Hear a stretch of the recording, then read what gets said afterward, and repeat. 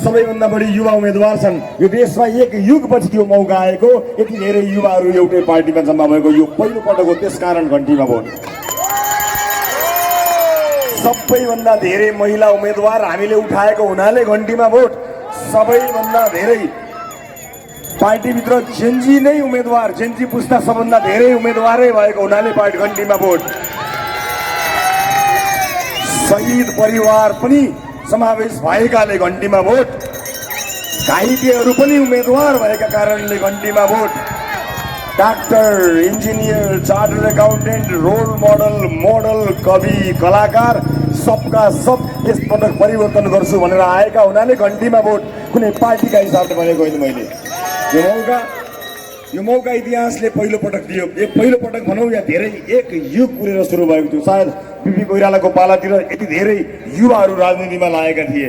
यति धेरै युवाहरू 30 वर्ष मुनिका, 40 वर्ष मुनिका युवाहरू यति धेरै राजनीतिमा आएको सम्भवतः यो पहिलो पटक हो। यसलाई देशको लागि फाइदामा लिएर जानुपर्छ, कुनै दलको फाइदामा लिएर जानुहुन्न।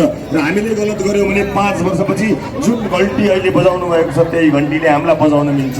यसैले हामीले धेरै केही मागेको छैनौँ।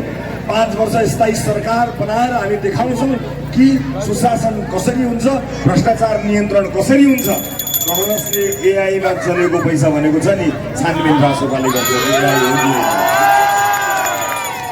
हामी प्रतिशोध त लिँदैनौँ, हामीलाई राजनीतिक प्रतिशोध लिनु छैन। तर जनता र देशलाई ठगेको, लुटेको र ठाउँमा देशमा नहटाएर विदेशमा सबै पैसा जम्मा गरेको छानबिन र हिसाब हुन्छ। आज आफ्नो बुवालाई राम्रो जुत्ता लगाइदिन हाम्रो भाइ अरबमा पसिना बगाइरहेका छन् खाडीमा, त्यो पसिनाको हिसाब हुन्छ। रोल्दै जनता लखेटेको हिसाब हुन्छ। सब चिज हिसाब हुन्छ।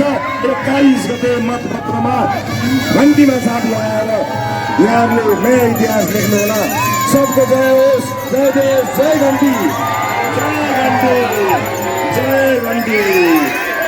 आजको हाम्रो सम्पूर्ण कार्यक्रम यही समाप्त भएको छ। राजनीति होइन, विकास हरेक क्षेत्रमा। हस्, धेरै धेरै धन्यवाद यहाँलाई। शुभरात्रि। आज अब हाम्रो आचार संहिता लगायतले गर्दा आजको सम्पूर्ण कार्यक्रम यही समाप्त भएको जानकारी गराउँछु। र जति पनि साथीहरू हुनुहुन्छ कृपया झन्डा नदेखाइकन अब के नियम कानुनलाई मान्नुपर्छ भोलिका लागि राख्नु होला। र भोलि फेरि हामी भेट्नेछौँ विभिन्न ठाउँमा। देशैभरिको साथीहरूलाई जिताउनुपर्छ, फोन गर्नु है। जिल्लामा रासोपालाई जिताउनुपर्छ, फोन गर्नुहोस् है। विदेशमा रहेका दाजुभाइहरूलाई यो भिडियो पठाइदिनुहोस्, परिवारलाई फोन गर्नु भन्नुहोस् है। भोट केमा? यो सिंहदरबारसँग सुन्नु पर्यो, अलिक ठुलो आवाज चाहियो। भोट केमा?